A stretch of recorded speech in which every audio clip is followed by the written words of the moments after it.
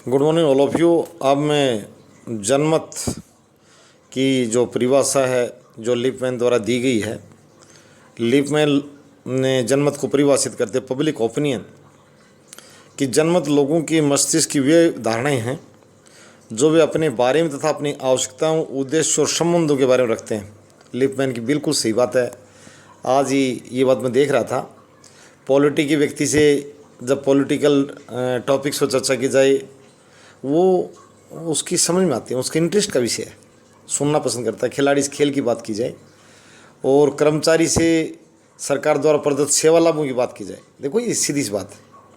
हमारे यहाँ कर्तव्यों की फिर थोड़ी देरी से बात होती है। अधिकारों के मामले में जनता ज़्यादा जागरूक है और होना भी चाहिए, अच्छी बात है। वो कर्तव्यों के बारे में ज़्यादा जागरूकता इसलिए नहीं दिखाते, अधिकार लोग अपने आप नहीं देते, देने के लिए नहीं आते। कर्तव्य तो लेने के लिए उनको आभास कराने वाले यहाँ लगा रखे हैं, जो चूकते नहीं, उनको ज़रूरत से ज़्यादा बताते रहते हैं, ये भी आपका कर्तव्य, ये भी आपका कर्तव्य है। कानून का भान कराने वाले तो यहाँ बहुत हैं, बड़ी संख्या में नियुक्त कर रखे हैं। उनको पता है, बड़े बड़े जो लोग खड़े होकर ऐसे भाषण देने वाले, ये करना चाहिए, वो करना चाहिए। पूरे देश की जो सुरक्षा का, नागरिकता का, करों का समय पर भुगतान, सभी तरह के उपदेश देने वाले, जो समय समय पर आदर्श नागरिक बनिए, ये बनिए, ये शिक्षा देने वाले बहुत हैं। परंतु नागरिक के रूप में जो उनको अधिकार मिलने चाहिए वो उनको अदालतों में संघर्ष करना पड़ता है और कई बार वहाँ भी निराशा हाथ लगती है। सामान्य प्राप्ति तो इतनी आसान है भी नहीं। परंतु मैं चलो आज जनमत पर बात करूँ, पब्लिक ओपिनियन पर बात करूँगा। लिपमैन भाई की जो परिभाषा है वो आपसे साझा करूँगा दोबारा कि जनमत लोगों की मस्तिष्क की वह धारणाएँ हैं जो अपने बारे में, अपनी आवश्यकताओं, उद्देश्यों और संबंधों के बारे में रखते हैं। लिपमैन एक मैं पुरानी अपनी जो कहावत थी कि राजा को चाहिए बोलना और चोर को चाहिए चुप, और मालिक को चाहिए बरसना और धोबी को चाहिए धूप। यानी सबकी अपनी अपनी आवश्यकताएं हैं। एक करा बोलो, दूसरा करा चुप रहो, तीसरा करा बरसो, चौथा करा धूप निकलो। वही इतिहास हमारी है। पब्लिक ओपिनियन से मैंने बातें उठाई। लोग समय में अलग अलग प्रकार की परिभाषाएं, जो पढ़े लिखे लोग कहते हैं कि चलना चाह रहे हैं, रास्ते की ज़रूरत पड़ रही है। आज मैं 330 की बात करूँगा अनुच्छेद की, संविधान में 332 की बात करूँगा। संविधान में अनुसूचित जातियों जनजातियों की जो आरक्षण संबंधी व्यवस्था है लोकसभा में, वो अनुच्छेद 303 में वर्णित है। और जो विधानसभाओं में जो व्यवस्था है आरक्षित पदों की, वो 332 में है। और साइमन कमीशन ने ये भारत में पहली बार ये शब्द अनुसूचित जाति प्रयोग में लिया था। बात आरक्षण व्यवस्था नौकरियों में हो, विधानसभाओं में हो, विधान परिषदों में हो, ये व्यवस्थाएं चलती रहें, बहुत पहले की गई थी। बाबा साहब जैसे संविधान विशेषज्ञ कुछ सोच कर और सामाजिक समरसता के निर्माण के लिए इनको लेकर आए थे। परंतु आज इनसे भी पूरा नहीं काम चल रहा। यदि आज भी सर्वे करवा लिया जाए तो मान लो 10% लोग जो वर्ग आरक्षित है, अनुसूचित जाति के रूप में, अनुसूचित जनजाति के रूप में, भूतपूर्व सैनिकों के रूप में, विकलांगों के रूप में, और जो सामान्य वर्ग के पिछड़े, आर्थिक पिछड़ों के रूप में, अन्य पिछड़ा वर्ग के रूप में, यानी हमारे यहाँ ढेर सारे तरह की आरक्षण व्यवस्था है, इसमें कोई दो राय नहीं है, बहुत बड़े पैमाने पर। परंतु आरक्षण व्यवस्था भी समाज का कल्याण पूरा करने में 10% तक पहुँच पाती है, फिर वो 90% लपट वहाँ तक नहीं पहुँचे। हालांकि आरक्षण व्यवस्था ने समाज में नए नए कानून बनाने की जरूरत नहीं है। पढ़े लिखे और समृद्ध लोगों ने समानता अपने आप ले ली, अस्पृश्यता अपने आप ख़त्म कर दिया। कहते हैं जब शक्ति आती है, कमज़ोरी दो ही शब्द बनाती है, आर्थिक कमज़ोरी और सत्ता मुक्त कमज़ोरी। सत्ता विहीन होना आदमी को दो कमज़ोरियाँ पैदा करती है, या तो दलित बन जाए या डाकू बन जाए। दलित किसी समुदाय का नाम नहीं है।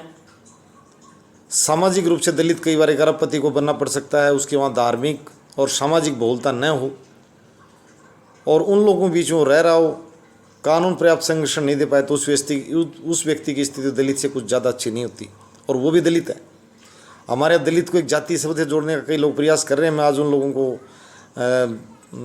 ये सावधान कर रहा हूँ कि वो अपनी औकात में आएँ, परिभाषा सीख लें हमसे। ये बात साइमन कमीशन जैसे लोगों को लोग प्रतिनिधित्व करते थे, ऐसे ऐसे मूर्ख विद्वान इन देशों जिनकी परिभाषाएं पुस्तकों में पढ़ते हैं। हालांकि मैंने भी उसके विचार डिलीवर किए थे और मैं इसकी एक बात से सहमत था, बालिका शिक्षा की बात में जो उसने कुछ हद तक कहा, हमारे समाज की मैच खा रहे थे, परंतु जब उसने एक विद्यार्थी की और बौद्धिक क्षमता पर जो प्रश्न उठाया वर्णवार, तो मैं उसको ज़्यादा समझदार नहीं माना और उसको मूर्ख की परिभाषा में डाल दिया था उसी दिन।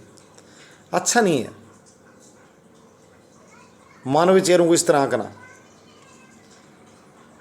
आरक्षण व्यवस्था बिल्कुल बाबा साहब संविधान विशेषज्ञ अच्छी नीयत से लेकर आए थे, किसी को हानि पहुंचाने नहीं। और मैं कह रहा हूँ लेकर आए थे, उस चीज़ का लाभ भी मिला, निश्चित रूप से मिला।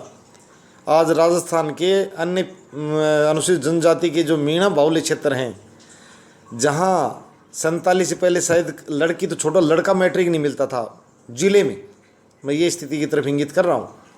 और आज उन लोगों का सबसे प्रधान, वो लोग शीर्ष पर बैठे, वो लोग शीर्ष पर बैठे। अन्य पिछड़ा वर्ग के नाम पर राजस्थान में अन्य पिछड़ा वर्ग का लाभ सबसे अधिक झुंझुनू जिले से संबंधित महिलाओं ने उठाया। और जितनी भी राजस्थान में जो चयनित हो रही शिक्षिकाएँ, विशेष रूप से बताना चाहता हूँ, सिर्फ 2 जिलों से उनकी आबादी अन्य पिछड़ा वर्ग में बहुत बड़ी संख्या में है। बहुत झुंझुनू और सीकर महिला शिक्षा में तूफान उठा रखा है। झुंझुनू में शायद मेरे हिसाब से 60 महिला महाविद्यालय एक ज़िले में, जो अपने आप रिकॉर्ड है। अन्य किसी ज़िले में, देश में जो 700 ज़िले हैं, उन्हें बता देना चाहता हूँ कि यूजी और पीजी के शायद 50 महाविद्यालय किसी भी ज़िले में। मैं पूरा देश, छोटा शब्द नहीं है देश हमारा, 700 ज़िले हैं। और उनमें वहाँ सिर्फ आरक्षण की बदौलत उन लोगों को ज़्यादा रोजगार उपलब्ध हुए थे। महिलाएँ बड़ी प्रेरित हुई और लोगों ने शिक्षा की तरफ, गरीब अमीर सब सीमाओं को लांघ दिया। उन्होंने रोजगार को अपना ध्येय बनाया, वो लोग प्रेरित हुए। तो आरक्षण एक अच्छी व्यवस्था थी, परंतु ये व्यवस्था कारगर नहीं हुई। कारगर इसलिए नहीं, 10% लोगों को लाभ उठा लिया, मान लिया मैंने, परंतु 90% वर्ग वहीं बैठा जो 47 में था। जब बाबा साहब उसको लाना चाहते थे कि जब ये व्यक्ति सरकारी पदों पर जब निर्वाचित होंगे तो इनके पास आर्थिक शक्ति होगी, सामाजिक शक्ति होगी, विधि संबंधी ज्ञान भी होगा, और इन लोगों को शोषित को कर ही नहीं पाएगा। इन लोगों को जो उपेक्षित करने की जो बात है वो करेंगे, यही कहेंगे कि भाई हम तो इनसे अपने आप को मानते नहीं। अगर ये अपने मन में बड़ा मान रहा है तो या तो मूर्ख है या बदतमीज है। निश्चित रूप से मैंने चयनित व्यक्तियों के मामले में ये बात देखी, उन्होंने बड़ी अच्छी परिभाषा दी कि भाई मैं तो इसको अपने आप से किसी ढंग से कम मानता नहीं, और न मैं बेकार में गर्वित व्यक्ति हूँ। अगर ये बेकार में अपने बोझ मर रहा है तो मुझे इससे तकलीफ क्या है। बड़ी अच्छी परिभाषा दी। मैं ऐसे साथियों से आरक्षित श्रेणी के तहत जो चयनित हुए उनकी परिभाषा बड़ी अच्छी थी कि भाई मैं तो देखो इसको गलत भाव से देखता नहीं।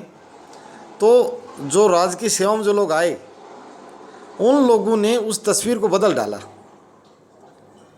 उनको अनटचेबिलिटी पढ़ाने की जरूरत नहीं है, अपने आप उसको दूर फेंक दिया उन्होंने। उस अनटचेबिलिटी को उन्होंने जला दिया।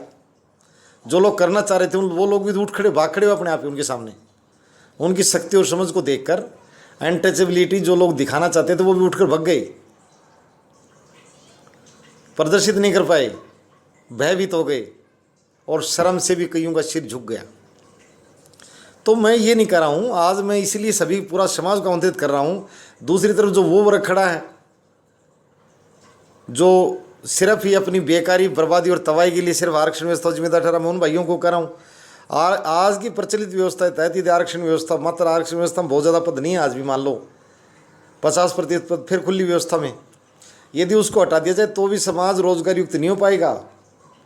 ये गरीबी, दरिद्रता और जो ये आपकी जो छीना झपटी यानी अभाव पैदा करके होर्डिंग जिसे बोलते हैं, ये कहते हैं उपभोक्ताओं को अगर भड़काना है, बर्बादी की तरफ भेजना, तो कमी पैदा कर दो।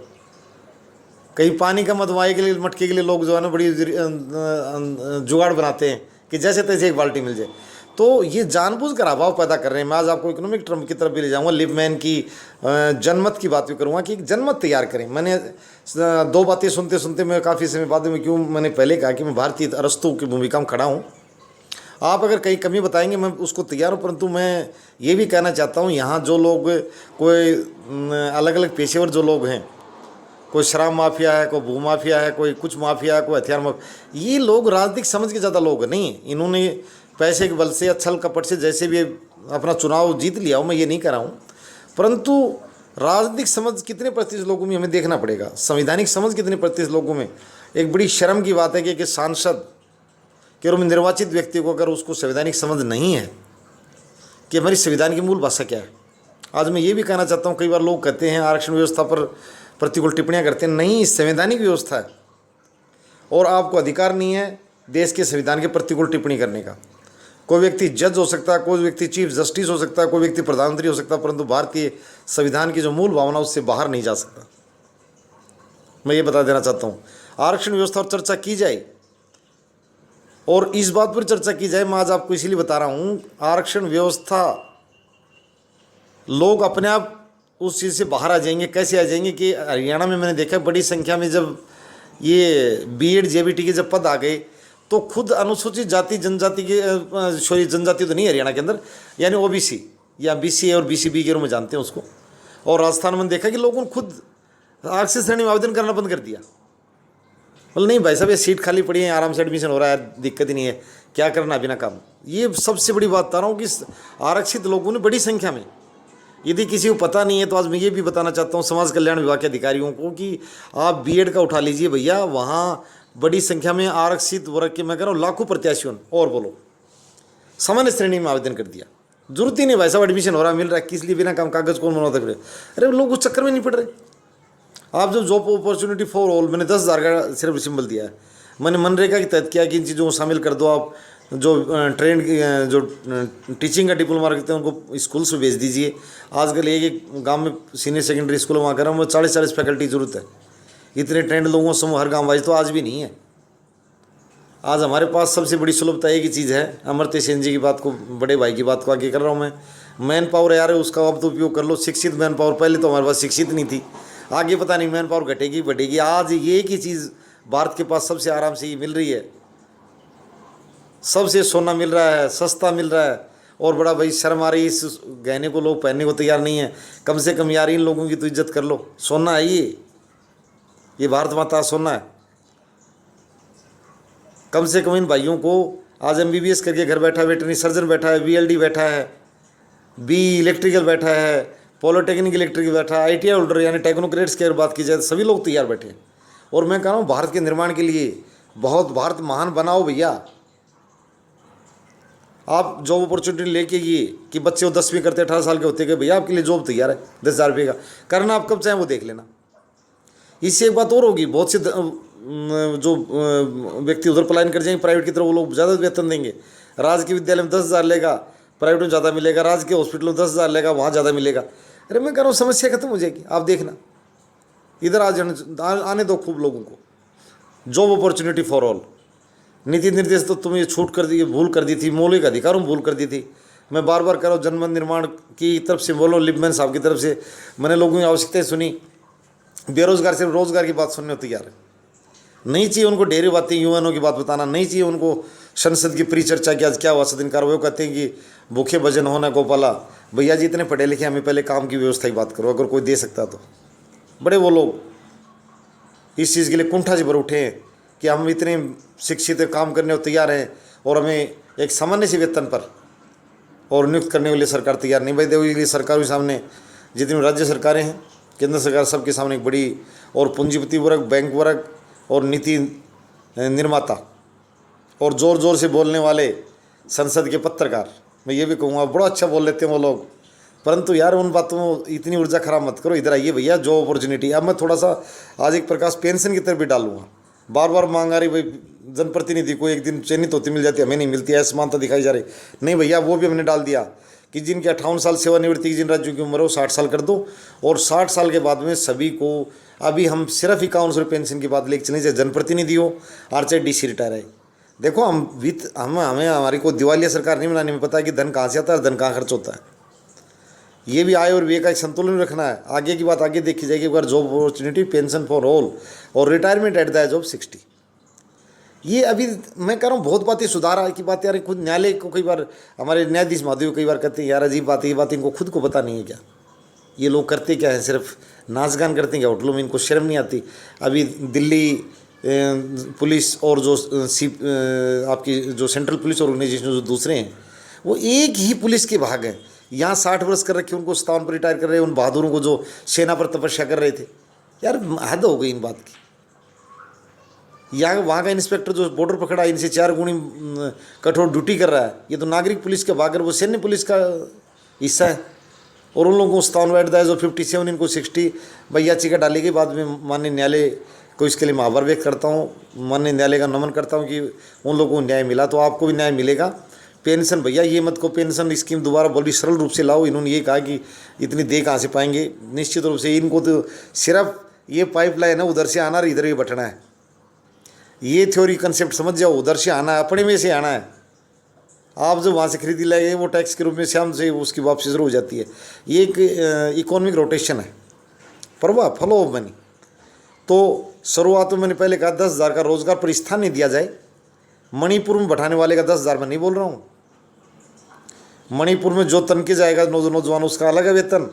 मैंने कहा कि स्थान ने मनरेगा के तहत 10-10 हज़ार रुपये की नौकरियाँ, बड़े पैमाने पर जॉब अपॉर्चुनिटी फॉर ऑल, और एक बार ऑल सिंगल जो हर परिवार से एक सदस्य दे रहे हो वो ले लो। चलो अगले चरण में कर लेंगे उसकी बात।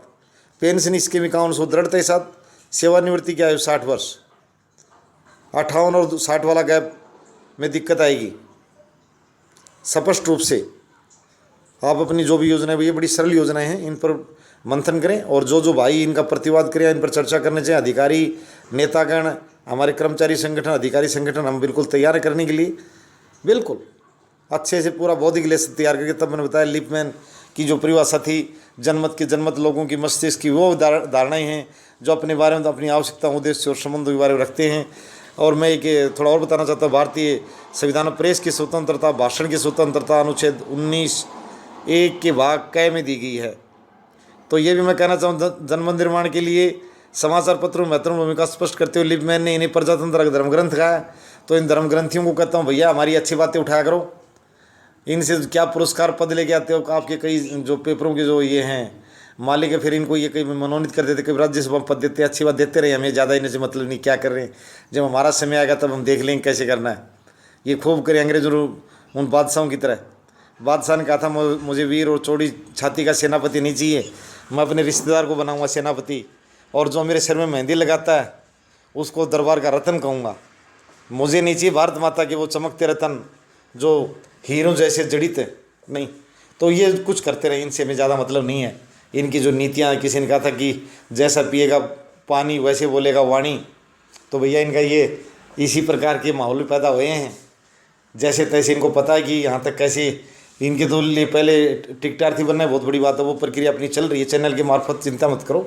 7,000 बुद्धिमान व्यक्ति जो हैं वो लोकतांत्रिक व्यवस्था के लिए आगे आओ, पढ़ो, सीखो, और हम सिर्फ आपको लिटरेचर और जैसी तैसी मदद दे सकता है चैनल, वो आपको देगा, आपको शिक्षित करेगा। भारतीय जनता के अंदर जो लोकतांत्रिक समझ और उनके अधिकारों की समझ मजबूत करने जा रहे हैं। अकेला ये नहीं है, हमें कुछ नहीं, आपका सहयोग चाहिए और अच्छी बात आगे बढ़ाएं, अच्छी सुने और अच्छे बने। धन्यवाद।